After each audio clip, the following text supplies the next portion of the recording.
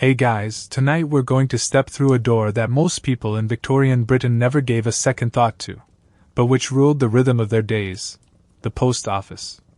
Imagine dawn just cracking over soot-smudged rooftops, the city not yet awake, but behind tall brick walls and frosted glass windows you hear the shuffle of boots, the clatter of pigeon-holed drawers sliding open, and the rasp of envelopes spilling like dry leaves.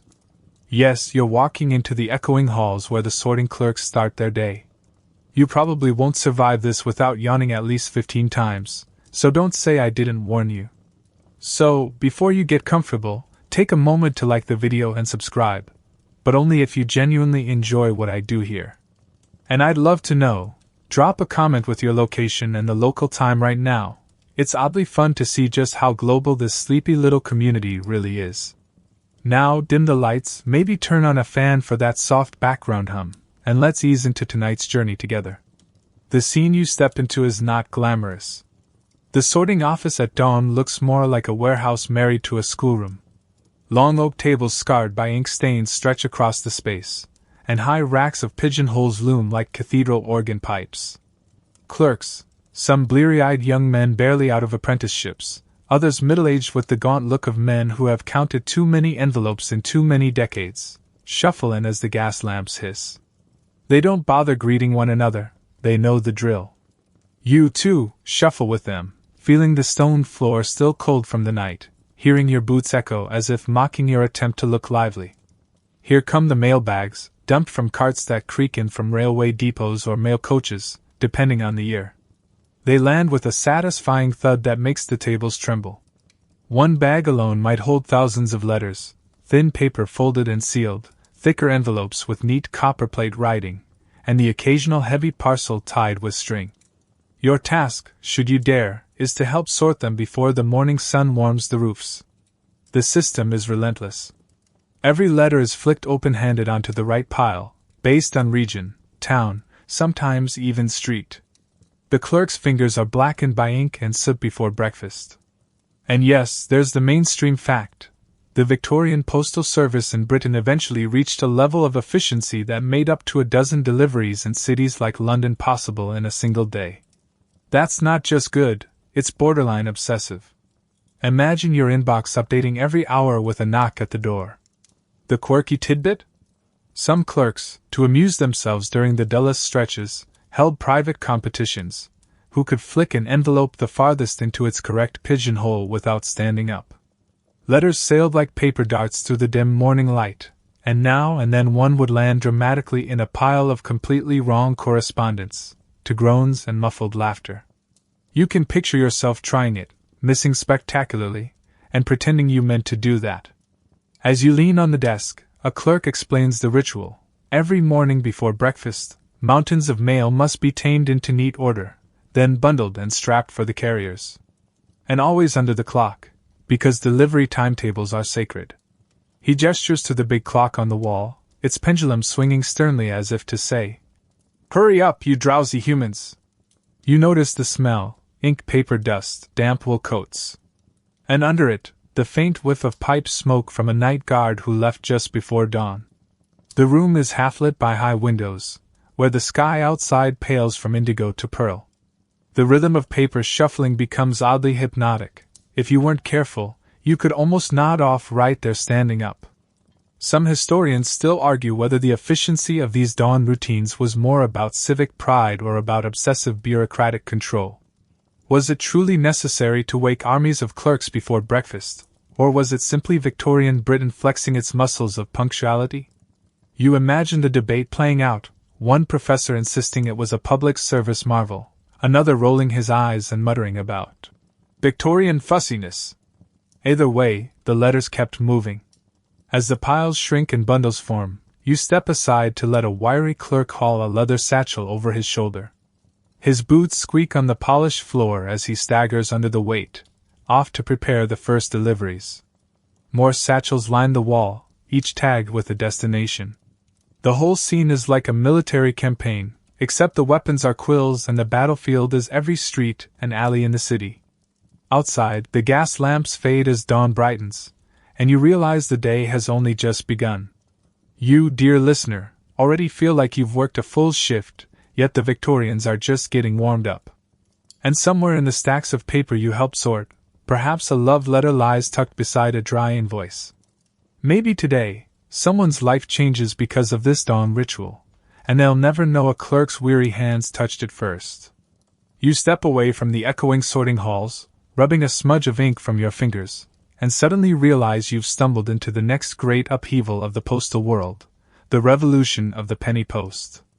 Picture it, London, 1840. A thin slip of paper barely larger than your thumbnail, printed with the stern profile of Queen Victoria, changes everything.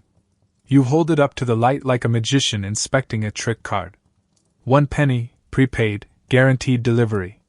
And in that moment, communication ceases to be a privilege of the wealthy and becomes something almost anybody can afford. Before the penny post, letters were often paid for by the recipient. Imagine opening your door, seeing the carrier, and groaning, "Oh no, more bad news and I have to pay for it." That system made correspondence awkward and expensive. But now, with this penny stamp, known as the penny black, anyone could send a letter without bankrupting themselves. You can almost hear the collective sigh of relief across Britain. Historians still argue whether this was purely a social reform or also a shrewd business move, since suddenly mail volume exploded like a Victorian version of email spam. You watch as clerks at the counter sell neat sheets of these new stamps to eager customers.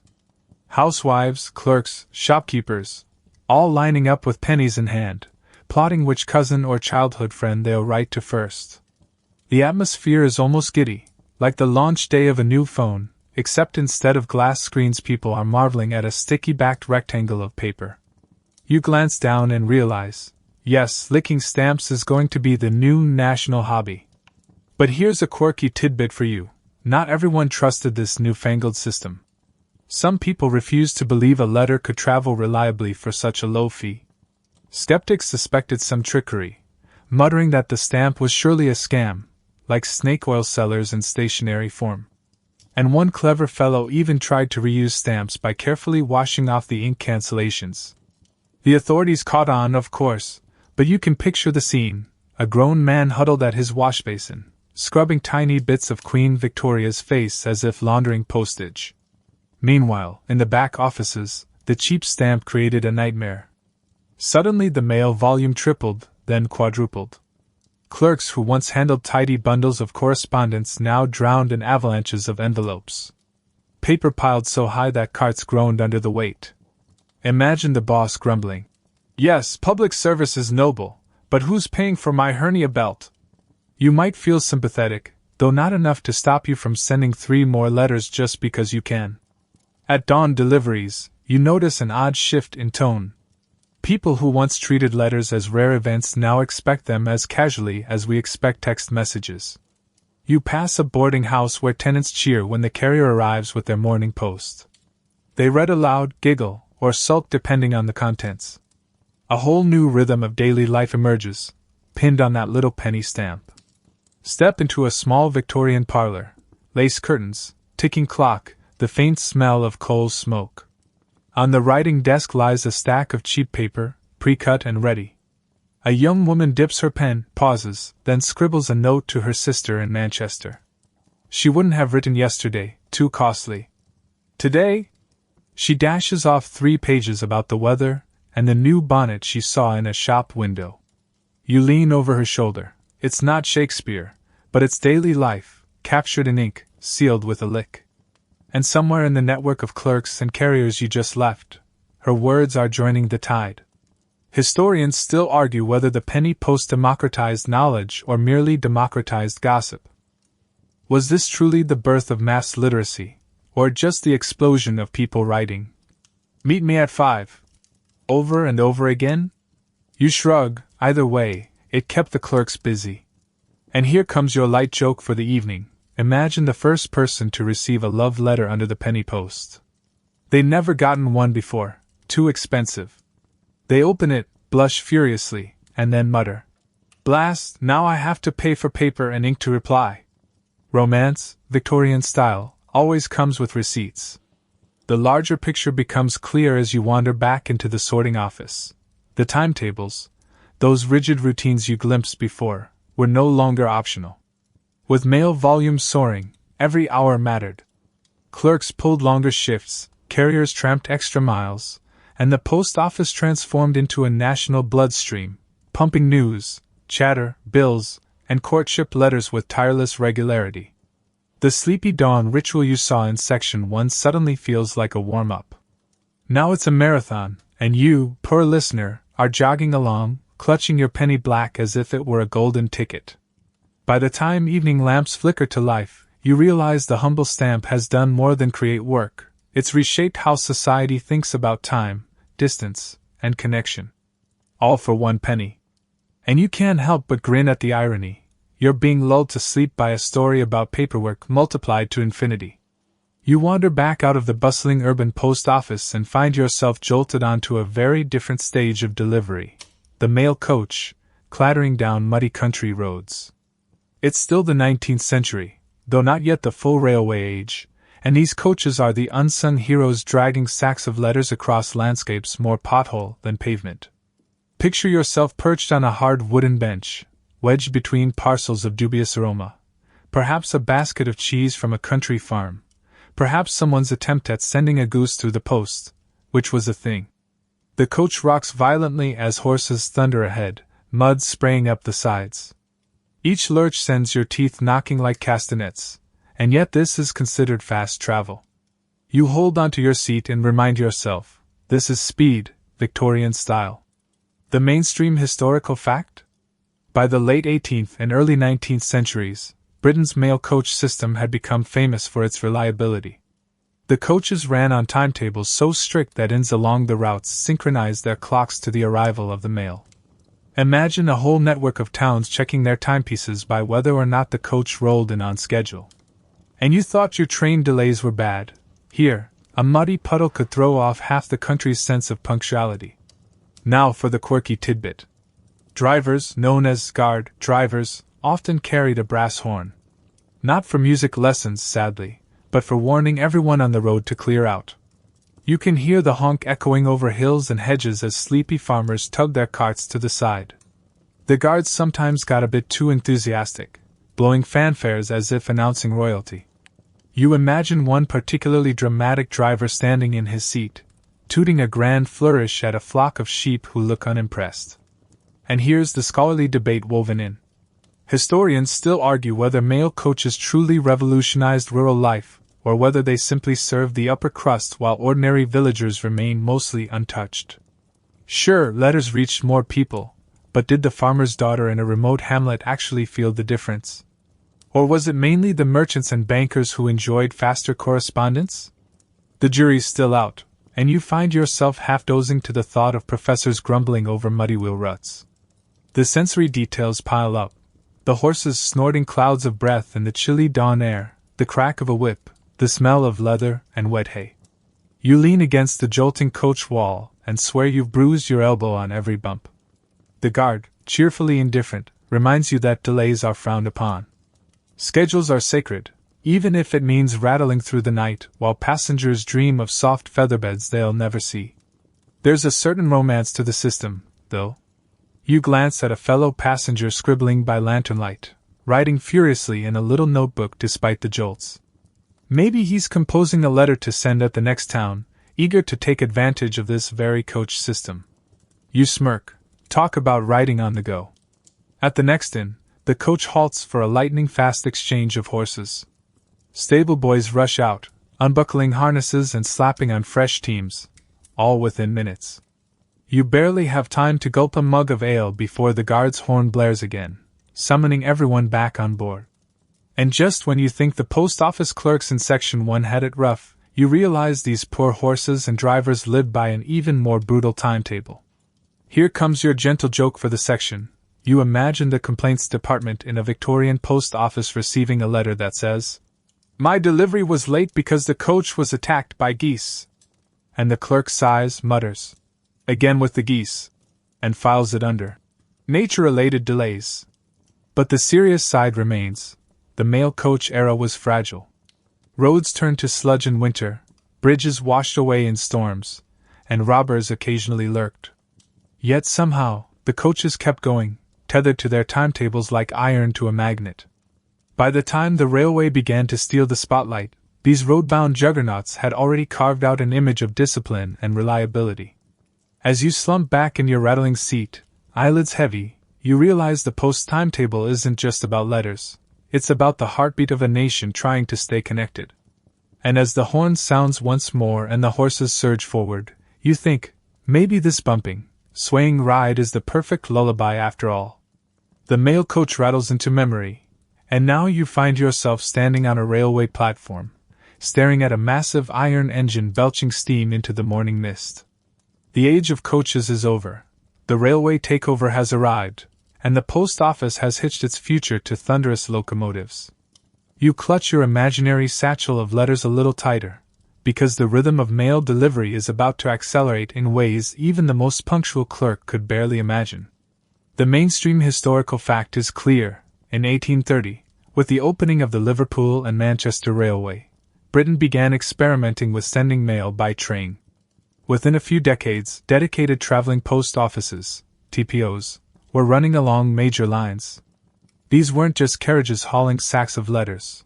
Clerks actually sorted the mail inside while the train roared at 30 miles an hour. Picture it, papers fluttering, ink bottles wobbling, and men trying to keep their handwriting legible while their entire workplace shook like a perpetual earthquake. You step inside one of these carriages in your imagination. The walls are lined with pigeonholes, sacks are hung from hooks, and a narrow aisle runs down the middle. Two clerks lean over a table, flicking letters into slots with astonishing precision. The train sways, the whistle shrieks, yet somehow their fingers never miss. You try it once, immediately dropping a letter on the floor and nearly tripping over it. They roll their eyes, used to rookies. And here's the quirky tidbit.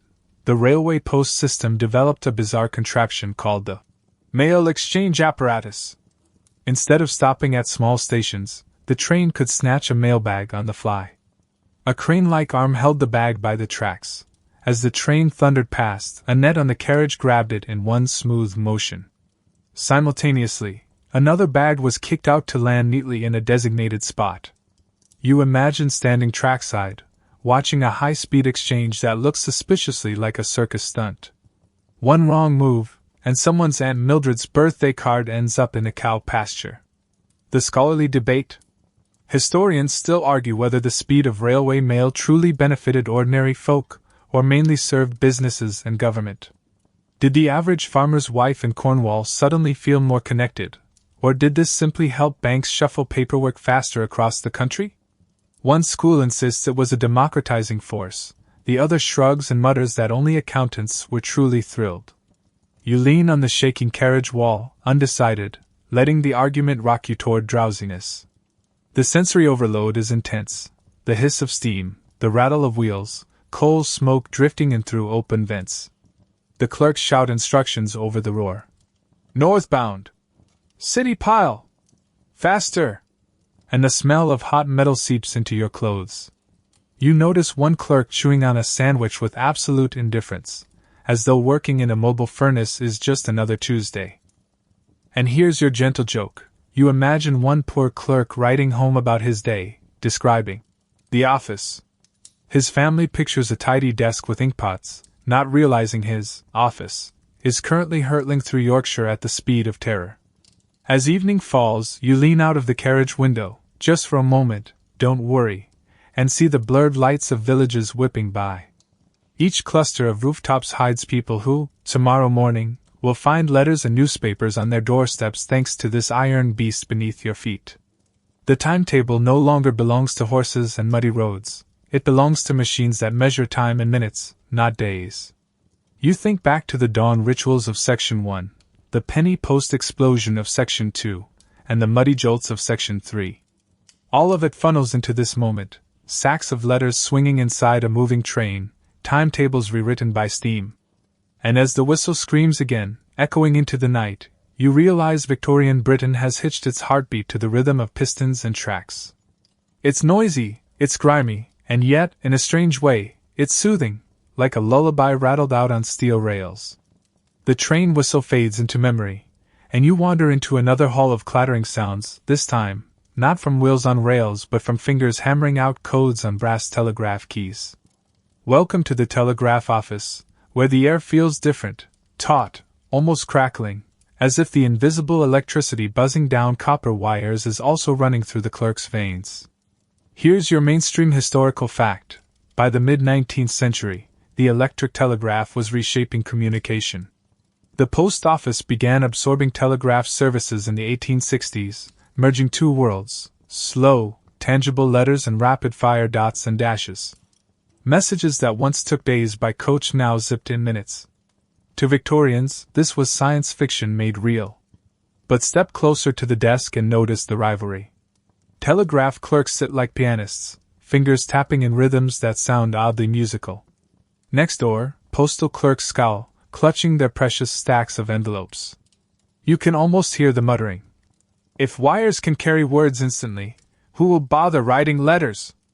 A mild turf war simmers. You, caught in the middle, feel like a referee in an argument between quills and electricity. And here's your quirky tidbit. Early on, some Victorians didn't trust the telegraph any more than they trusted cheap postage stamps. They insisted messages sent through the air might get scrambled by thunderstorms or intercepted by birds perched on the wires. One rumor claimed a particularly nosy crow in Kent had memorized Morse code. You glance up at the rafters, half expecting to see a feathered eavesdropper blinking back. Scholars still argue whether the telegraph diminished the romance of letter writing or simply added another layer to human communication.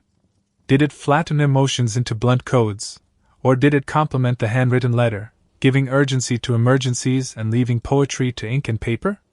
The debate lingers, and you sway gently, as if rocked by both sides.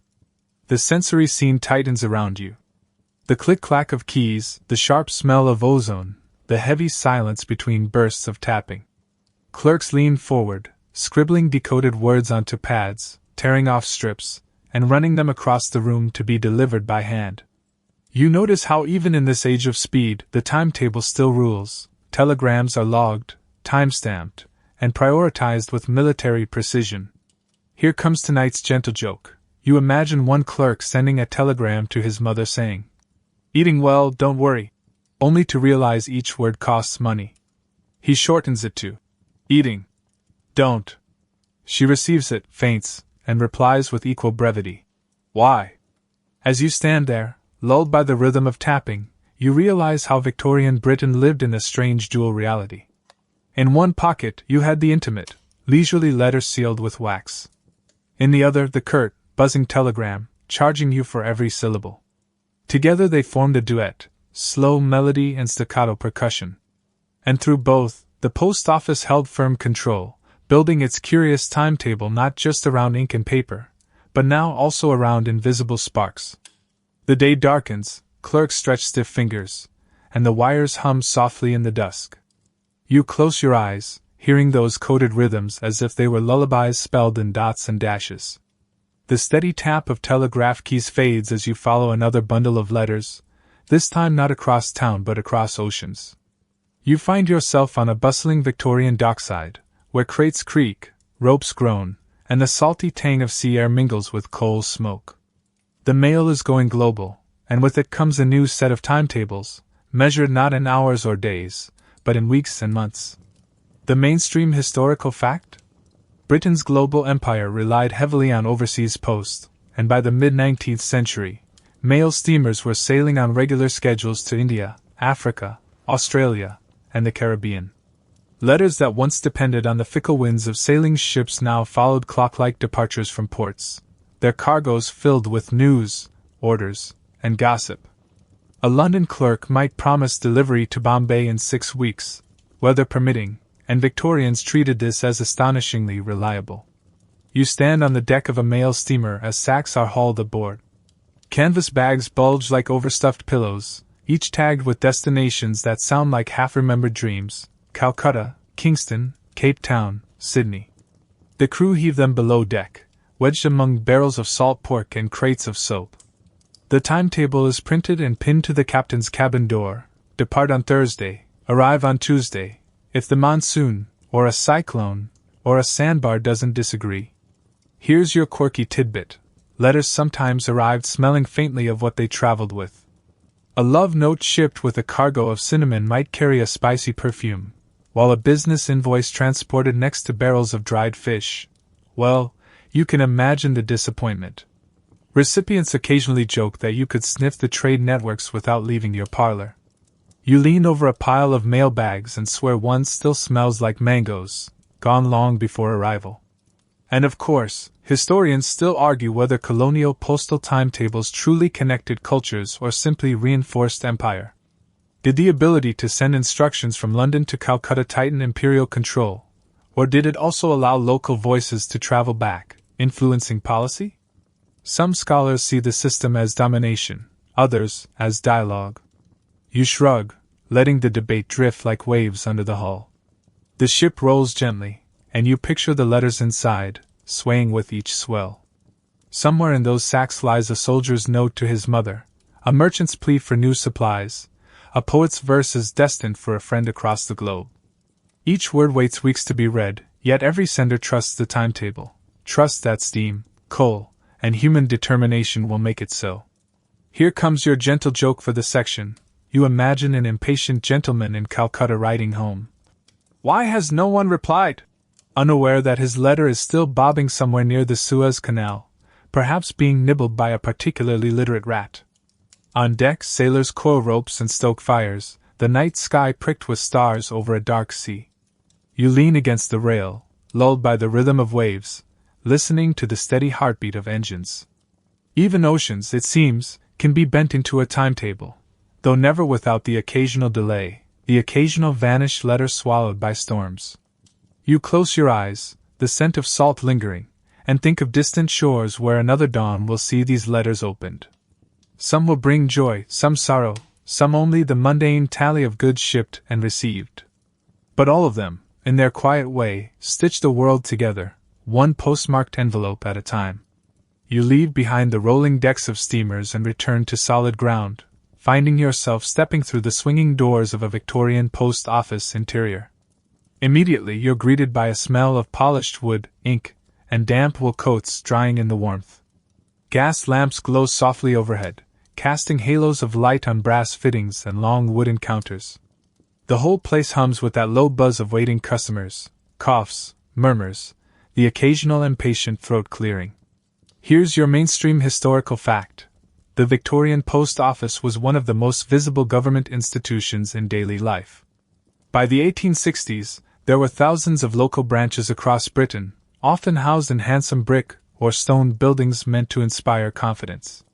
Step inside, and you'd find marble floors in city branches, well-scrubbed oak counters in smaller towns, and always that sense of bureaucratic order.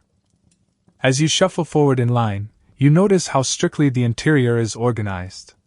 Brass grills separate customers from clerks, a symbolic reminder that the post office is both accessible and guarded. On one side, pigeonholes stuffed with envelopes, on the other, stern notices pinned to the walls. Letters must be properly addressed. You lean closer and smirk at the fine print.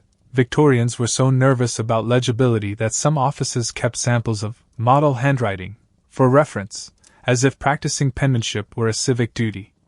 Now for the quirky tidbit. Umbrellas were a constant source of chaos. Customers set them down while filling out forms, only to forget them on the counters. Lost property piles in some offices were rumored to contain more umbrellas than unclaimed letters. One bemused clerk even joked in a diary that half of London visits not for postage, but to misplace its rain guards. You glance around and spot at least 3 umbrellas leaning against the brass rail, abandoned like damp, skeletal pets. Historians still argue whether the post office interiors represented progress toward democratic accessibility, or whether they intimidated ordinary folk with their formality. Some say the polished counters symbolized openness, others that they reinforced the gap between clerk and customer. You tap your foot on the tiled floor, letting the debate rumble in your head like distant thunder. Around you, the sensory details keep building. The hiss of gas lamps, the shuffle of boots, the faint squeak of pens scratching forms. A clerk in stiff collar and cuffs slides parcels across the counter, muttering under his breath about postage rates. Behind him, Rows of pigeonholes look almost like church organ pipes, except instead of music they produce a steady hymn of envelopes. Here comes the gentle joke. Imagine a Victorian child in line, fidgeting with boredom, asking loudly, "Why don't they just shout the letter from here?" His mortified mother hisses him into silence, while the clerk nearly chokes on his mustache from trying not to laugh. But there is a quiet dignity in the space, too. You watch a working-class woman carefully counting coins to send money to her son in the army. You notice a young man blushing as he mails a parcel tied with red string, perhaps a gift, perhaps something more mysterious. These everyday gestures, performed beneath brass lamps and oak counters, hold as much drama as any parliamentary speech. As you step aside, a clerk slams shut the heavy ledger, the echo reverberating like a gavel. The building seems to exhale, one transaction at a time, its timetables ticking invisibly in the background. You brush past the umbrella stand, making sure not to add to its collection, and push open the heavy door. Outside, the air is damp, the cobblestones glisten, and the sound of carriage wheels reminds you that the post office interior is only one chamber in a much larger, endlessly turning machine. You step back into the chill evening air, only to notice a weary figure trudging past, cap perched stiffly on his head, heavy satchel slung across his chest, boots clicking against the cobblestones. This is the letter carrier, the human face of the entire system. Without him, the timetables, the stamps, the railway exchanges would all remain locked inside post office walls. You decide to walk a few miles in his shoes, though after only half a mile, your feet already ache. Here's the mainstream historical fact.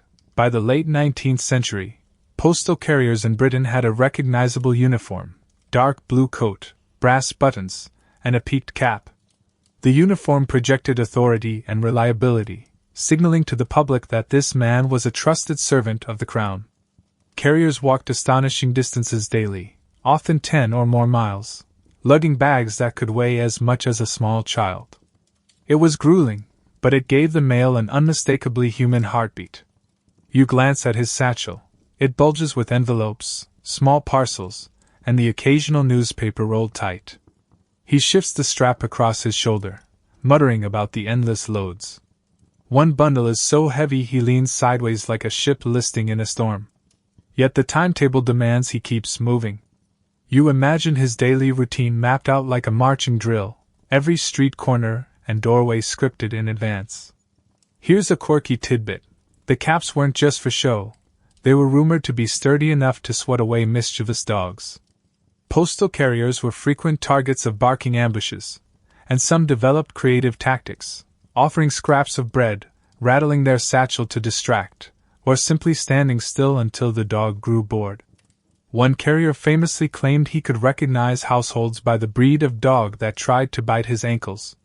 Historians still argue whether these uniforms elevated carriers' social status, or merely disguised the drudgery of their work. Did the brass buttons make them symbols of modern efficiency, or were they simply a veneer over long hours and sore feet? You watch your companion trudge on, back straight despite the weight, and can't decide if he looks proud or just exhausted. The sensory details surround you, the scratchy wool coat brushing against your arm, the rhythmic jingle of a key ring as he unlocks letterboxes, the smell of leather straps dampened by drizzle. His boots squelch faintly where the street hasn't fully drained from yesterday's rain. Occasionally, he pauses to adjust the strap, sighing, then resumes his steady march. And here's your light joke for the section. You imagine a carrier practicing polite greetings for every door. "Good morning, madam, your overdue bill." Or, "Good evening, sir, another love letter you'll pretend isn't yours." If sarcasm were allowed, the whole round would be comedy gold. Yet, beneath the humor, you sense the importance of his role. For households, he isn't just delivering paper, he's delivering connection. A mother waiting anxiously by the window spots him rounding the corner, and feels her pulse quicken. A shopkeeper glances at the satchel, hoping for an order form. The uniform makes him visible, but the rhythm of his knock makes him essential. As dusk deepens, the carrier lights a small lantern to guide his way down narrower lanes. He pauses, stretches his sore shoulders, then disappears into the gloom. You stay behind, imagining him finishing his route well past supper, boots still clicking, letters still rustling in his bag. The timetable never forgives, but somehow, the man in blue keeps it. The letter carrier's lantern fades into the mist, and now you find yourself puzzling over something that feels almost absurd by modern standards: the sheer frequency of Victorian deliveries. 4 times a day, sometimes more in cities like London. You can hardly believe it. Imagine the knock at the door in the morning, then again at midday, then mid-afternoon, and once more in the evening. It's enough to make your door knocker consider early retirement. Here's your mainstream historical fact. In London during the mid-19th century, the postal service offered up to 12 deliveries daily in central districts. 12. A single letter could be sent at breakfast and answered before supper, a rhythm that made written communication almost as immediate as our text messages. The timetable wasn't just precise, it was obsessive. You strolled down a London street and watch as carriers make their rounds with almost military precision. Shopkeepers pause their work to collect invoices, clerks in counting houses dart out for orders, and household staff hover by doors in case their employers receive urgent instructions. You notice how the city itself seems to tick like a giant clock, wound by the rhythm of those deliveries. Here's the quirky tidbit. Victorians became so accustomed to multiple deliveries that impatience grew comically intense. People complained if a letter posted at noon hadn't arrived by tea time. One diarist grumbled that the afternoon delivery is scandalously sluggish, occurring after I had already consumed my muffin. You picture him waving crumbs indignantly at the postman, who probably just wanted to get home to his own supper. Historians still argue whether these frequent deliveries represented true efficiency or just indulgence in Victorian fussiness. Was it really necessary for lovers to exchange 3 letters in a single day, or businessmen to send contracts back and forth like ping-pong? Some claim it symbolized progress, others roll their eyes and call it paper-based impatience. You let the debate bounce in your head, like letters shuttling back and forth between doorways. The sensory landscape is oddly soothing, the soft thud of letters through brass slots, the rustle of envelopes sliding onto hall carpets, the muted knock followed by retreating footsteps. You lean against a lamppost and listen as door after door creaks open, hands snatch letters, and doors click shut again. The sound repeats, rhythmic and hypnotic, a city breathing through its correspondence. Here comes your light joke. Imagine a Victorian husband waiting for his wife's reply to a morning letter. By the time her 3rd note of the day arrives, correcting the 2nd, he throws up his hands and mutters, "Perhaps I should just walk upstairs and ask her directly." But no, the sanctity of written communication must be observed. The reality, though, is that the postal timetable became woven into daily expectation.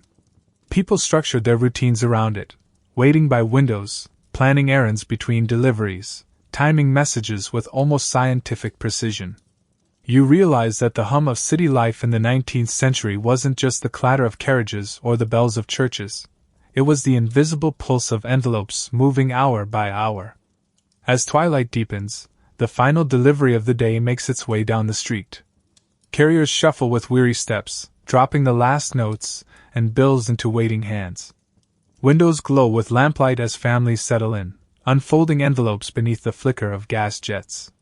You drift along with them, eyelids heavy, carried by the thought that for Victorians, the day never truly ended until the last post had knocked. The twilight hush of that last delivery fades, and now you're leaning against the seaside railing, watching waves lap at wooden piers and listening to the laughter of holidaymakers. You're here for one of the stranger turns in the Victorian postal story, the scandal of postcards. Yes, the postcard, today a harmless souvenir with a photo of a beach or a cat in sunglasses, was once considered dangerously indecent. Here's your mainstream historical fact. Britain introduced the official postcard in 1870, costing only half a penny to send. It was cheap, quick, and immensely popular. By the 1880s, millions were circulating each year. But unlike letters, postcards had no envelope.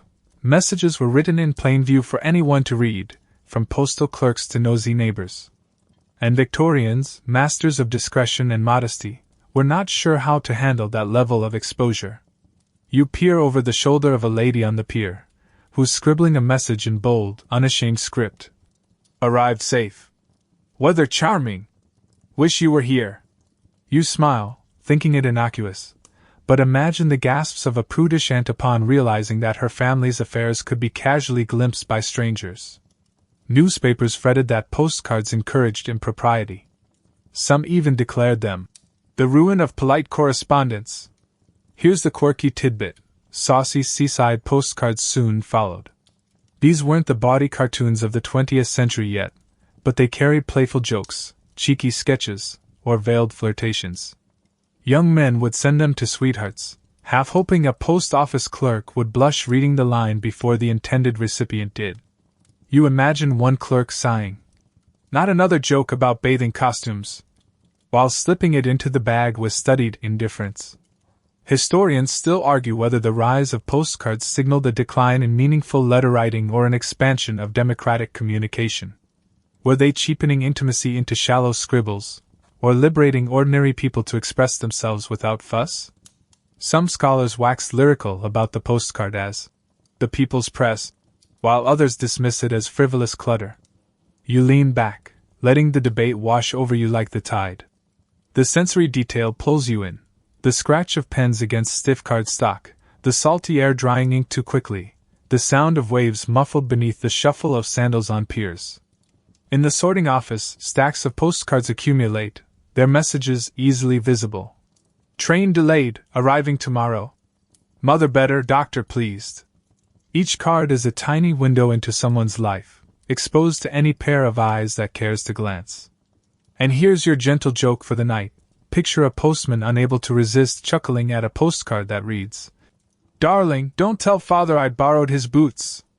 He nearly drops the whole bundle laughing, then delivers it anyway, straight-faced, as if he hadn't just pictured the father stomping around barefoot. What's striking is how postcards reshaped the postal timetable. Their brevity made them perfect for same-day replies. Someone could send a note in the morning, "Meet me by the bandstand at 4. And the reply might arrive by early afternoon, "Bring an umbrella." The rhythm of communication quickened yet again, pushing carriers and clerks to adapt. As night falls on the pier, you picture a Victorian couple strolling arm in arm, pausing to buy a card from a seaside vendor. They scrawl a note by lantern light, drop it into a red pillar box, and smile, knowing it will arrive tomorrow. The postcard may have scandalized some, but for countless others, it was a tiny square of joy. And for you, leaning against the railing with the sea breeze in your face, it feels like one more heartbeat in the endless rhythm of the post. The sea breeze fades, and once again you find yourself stepping through the oak doors of a post office branch, but this time, the smell of ink and paper is joined by the metallic clink of coins. A new sound, a new service, the Postal Savings Bank. Victorians weren't just sending letters here anymore. They were tucking away their pennies, trusting the sane clerks who handled their envelopes to safeguard their wages. Here's your mainstream historical fact. The Post Office Savings Bank was established in 1861, offering working-class people a safe and accessible place to deposit money. Banks had long been intimidating institutions reserved for merchants and the wealthy, but the post office, with its wide network of branches, was already part of everyday life. Suddenly, anyone could walk in with a few shillings, deposit them, and begin earning modest interest. It was a revolution in thrift. You step up to the counter and watch a housemaid carefully hand over a small pile of coins, cheeks flushed with determination.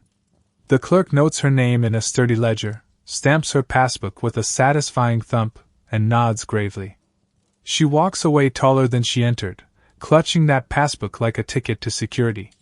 You can almost feel the pride humming in her step. Now for the quirky tidbit. Some customers, unfamiliar with banking, tested the system in charming ways. One man deposited a single penny, returned the next week, and demanded to see the interest he'd earned. When told it amounted to less than a crumb, he frowned and muttered that banks were clearly overrated. Another woman, anxious about withdrawing, asked if she could take her money out, just for an afternoon visit, before putting it back. Clerks learned patience quickly. Historians still argue whether the savings bank truly empowered the poor or merely encouraged them to funnel money into the state's coffers. Was this financial independence, or clever revenue gathering disguised as benevolence? Some point to soaring deposits as evidence of trust, while others warn that it blurred the line between service and control. You let the argument simmer while the coins jingle faintly in the clerk's drawer. The sensory details of the room are vivid: the ink-stained counter, the sharp scratch of nibs recording figures and ledgers, the reassuring weight of stamped passbooks sliding across polished wood. Behind you, customers shuffle with nervous excitement, clutching coins wrapped in handkerchiefs. Outside, the clang of carriage wheels mixes with the faint chime of a church bell, reminding you that time, money, and mail are now inextricably linked. And here's your gentle joke. Imagine a postal clerk who secretly resents his new banking duties. He sighs, muttering, "I signed up to fling envelopes, not balance ledgers." When asked how he finds the work, he replies, "It's saving me from boredom, 1 penny at a time." But beneath the humor lies something quietly profound. The savings bank transformed the post office into more than a letter exchange. It became a community anchor.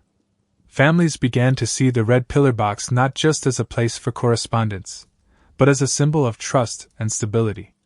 A child dropping a letter might glance up at the post office facade, knowing her parents' hard-earned money rests inside. As evening deepens, you linger by the counter, watching the last deposits of the day. Clerks close ledgers with a satisfying snap, extinguish gas lamps, and lock drawers heavy with coins. You step outside with the crowd, the hum of security and order following you into the cool night. The postal timetable may have been built on letters, but now it ticks in tandem with shillings and pounds, each coin another beat in the rhythm of Victorian life.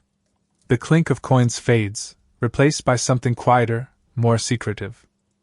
You slip through a heavy door marked "Dead Letter Office," and suddenly find yourself in a room that feels half library, half confessional. Stacks of undelivered envelopes tower like gravestones, each one a message that never reached its destination. The air smells of old paper and wax, tinged with melancholy. Here's your mainstream historical fact. Every large postal system in the 19th century maintained a dead letter office to handle undeliverable mail. Addresses smudged, names misspelled, recipients deceased, the reasons were endless. Clerks opened these letters under strict regulations, searching for clues that might allow delivery. If nothing could be done, the letters were archived or destroyed. For many Victorians, the dead letter office was both a mystery and a warning: write clearly, or your words may vanish forever. You lean over a clerk's shoulder as he slices open an envelope with a practiced flick. Inside is a love note, the ink smudged with what might be tears. He reads just enough to guess a name and address, jots notes, and slides it aside. Another letter contains a recipe for sponge cake, written in flour-dusted scrawl. A package reveals homemade fudge, slightly melted and sticking to the wrapping. The clerk raises an eyebrow, then shrugs. Undeliverable fudge remains undelivered. Now for the quirky tidbit. Some dead letter offices displayed the strangest undeliverable items like museum exhibits. A single shoe with no partner, a jar of homemade pickles sent without packing, even a live parrot once delivered half dead, squawking insults at the clerks. You imagine one postal worker sighing, "We deal in words, not poultry," as the parrot shrieks, "Late again!" Historians still argue whether the dead letter office was a triumph of bureaucratic diligence, or a tragic monument to inefficiency. Was it proof that the system cared deeply, chasing every clue, or evidence that millions of heartfelt words simply vanished into a bureaucratic abyss? The truth, perhaps, lies somewhere between. The sensory world of this office is different from the lively post halls you've seen before. It's hushed, punctuated only by the rasp of paper knives and the scratch of pens. The clerks work with solemn patience, handling each envelope as if it contained secrets from beyond the grave. The dim gas lamps throw shadows across stacks of paper, making the whole room feel like a vault of lost voices. Here comes your gentle joke. Imagine a clerk discovering an envelope addressed simply to "My dearest." He sighs, mutters, "That narrows it down to everyone," and tosses it onto the hopeless pile. But as you linger, a certain poignancy seeps in.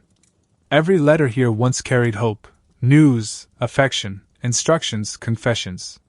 Now they sit unopened, their writer's intentions dissolved into silence. You trace a finger along the spines of bundled envelopes, sensing stories that will never be told. The timetable, so precise in life, has failed these messages. They missed their moment, and now they rest in perpetual limbo. As the clerks extinguish lamps and lock cabinets, you step back into the night. The dead letter office remains behind you, sealed like a tomb of forgotten words. Yet somehow, even in their failure, these undelivered notes remind you of the fragile beauty of communication, that each message, delivered or not, was someone's attempt to reach another soul. And that thought, oddly tender, follows you into the dark. The hush of lost letters drifts away, and now you find yourself peering over the shoulder of a clerk hunched at a desk, carefully pressing an inky device onto an envelope. Thunk. Lift, twist, dry. A neat black circle blooms across the corner of the paper, proudly declaring its place and time. This is the world of postmarks and cancellations, tiny stamps of bureaucracy that somehow became accidental works of art. Here's your mainstream historical fact: the first adhesive postage stamp, the penny black of 1840, required cancellation to prevent reuse. Post offices across Britain adopted hand stamps that left circular postmarks bearing the town name and date. Over time, these evolved into complex systems, duplex hand stamps combining cancellations with postmarks, special commemoratives, and distinctive regional marks. To historians, these are invaluable evidence of how letters moved through space and time. Now for the quirky tidbit. Collectors noticed that different towns produced wildly different postmark designs, some so sloppy they looked like inky smudges, others crisp and elegant. In one case, a sleepy rural clerk carved his own crude stamp when the official one wore out, resulting in a postmark so wonky that philatelists later nicknamed it the Drunken Circle. You can almost see him, yawning at dawn, carving lopsided lines into a block of wood and shrugging. Good enough. Historians still argue whether postmarks should be seen as mere bureaucratic necessity or as cultural artifacts in their own right. Were they just functional scrawls, or did they unwittingly create a visual diary of the nation? Some academics dismiss them as dull ephemera, while collectors insist they're miniature time machines. You sit back, staring at the neat ink circles, and decide both sides may be right. The sensory world of the postmark is distinctive. You hear the steady thunk of stamps on paper, smell the sharp tang of ink, and see stacks of envelopes drying with black smudges gleaming faintly in the gaslight.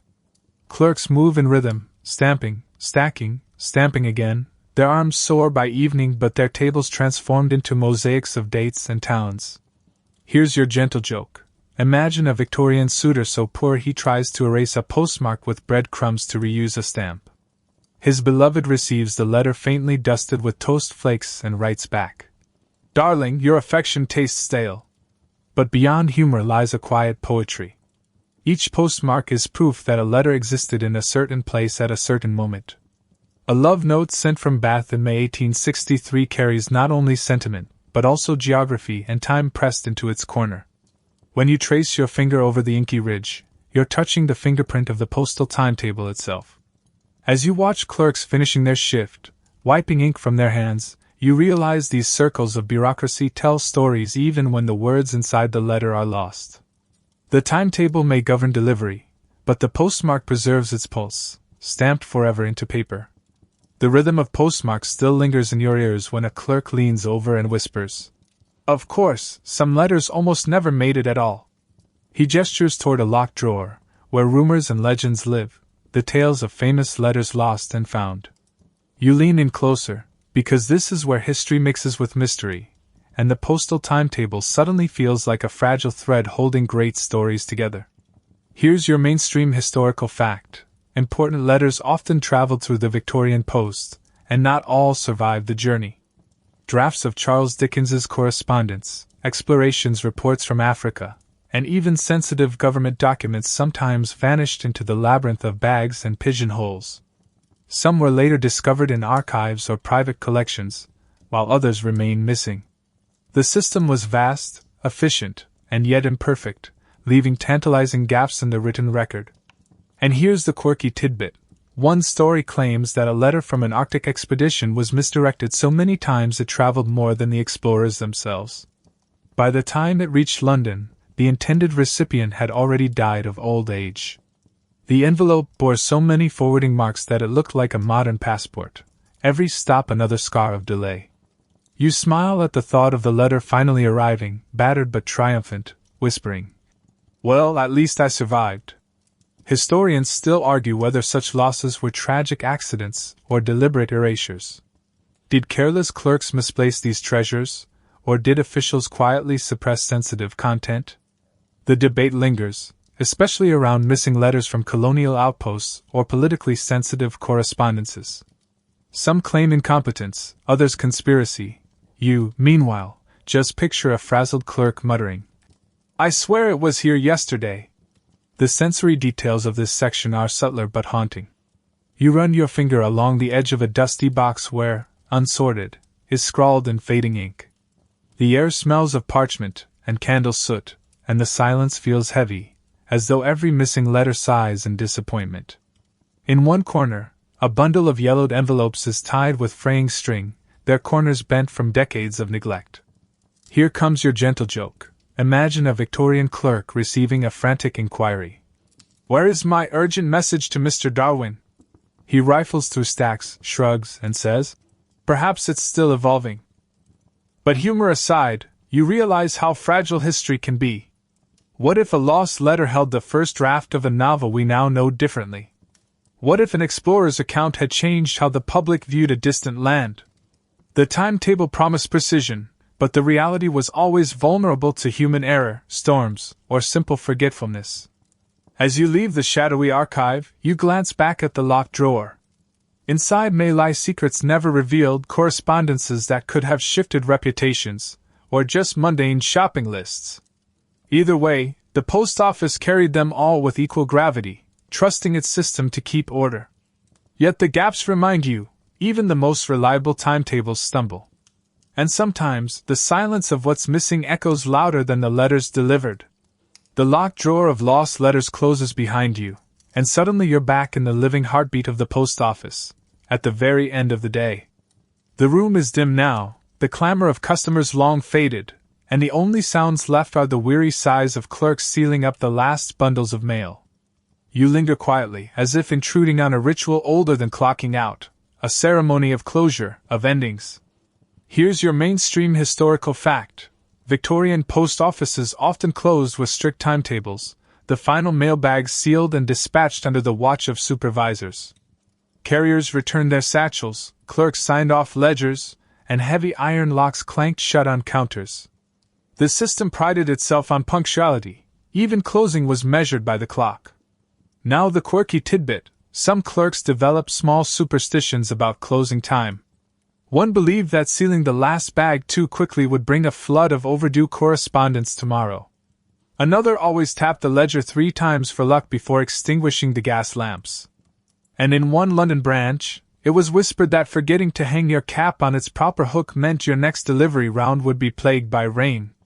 You smile, imagining the weary clerks humoring these rituals, not because they believed them, but because in the monotony of envelopes, rituals gave a hint of drama. Historians still argue whether the end-of-day post office was a triumph of order or simply a human attempt to wrestle chaos into silence. Was this sealing of bags a symbol of empire's efficiency, or just tired men desperately clamping down on paper tides? Perhaps both truths overlap in the dim glow of those fading lamps. The sensory world around you is hushed, the scrape of string pulled taut around bulging sacks, the hiss of lamps being extinguished, the rustle of coats pulled on shoulders. Outside, lamplighters touch their poles to gas jets, igniting flickers along the street.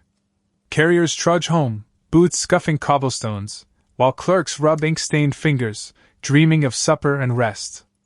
And here's your gentle joke. Picture one clerk, yawning, accidentally sealing his sandwich in with the letters. The next morning, the postmaster frowns at the bag and mutters, "Well, at least this one's insured against hunger." You watch the last keys turn in locks, the doors bolted shut. The building itself seems to exhale, finally still after a day of constant motion. Letters sleep in their bags, timetables pause until dawn, and the city's heartbeat slows under the flicker of gaslight. You, too, feel the heaviness in your limbs, as though the entire story of timetables has carried you toward its inevitable quiet. And now, as the post office falls into silence, it's time for you to drift into your own. Soften your shoulders, let your breath slow. The long day of sorting, stamping, and carrying is finished, and nothing urgent remains. Imagine yourself standing on an empty Victorian street, the lamps glowing softly, a light mist curling around your feet. The noise of the day is gone, no rattling coaches, no shrill train whistles, no clattering telegraph keys. Just the faint sound of your own footsteps, fading into the hush of night. Every letter has been sent or sealed. Every timetable, so strict by daylight, has loosened now, stretching into the calm of evening. You sense the weight of centuries pressing gently, not harshly, as if history itself is saying, "Rest. You've done enough for today." The stories of clerks, carriers, steamships, and stamps dissolve like paper in water, leaving only stillness. The gas lamps above flicker but hold steady, bathing the cobblestones in a golden haze. You notice how the air feels cool, damp, and forgiving. Your breath fogs softly before you, then drifts away into nothing. In the distance, you hear a single carriage pass, then silence again. The world contracts to this small, gentle moment where time no longer insists on timetables, where nothing must be delivered or signed. You lean against the pillar box, its red paint dark in the lamplight, and close your eyes. The iron is cool, the night is still, and your body is heavy with calm. Allow yourself to slip deeper, as if floating on the quiet rhythm of forgotten letters. Let each exhale carry you farther into rest, each inhale steadying you like the ticking of a faraway clock. The post is finished. The day is done. Sleep waits patiently, ready to deliver you into dreams.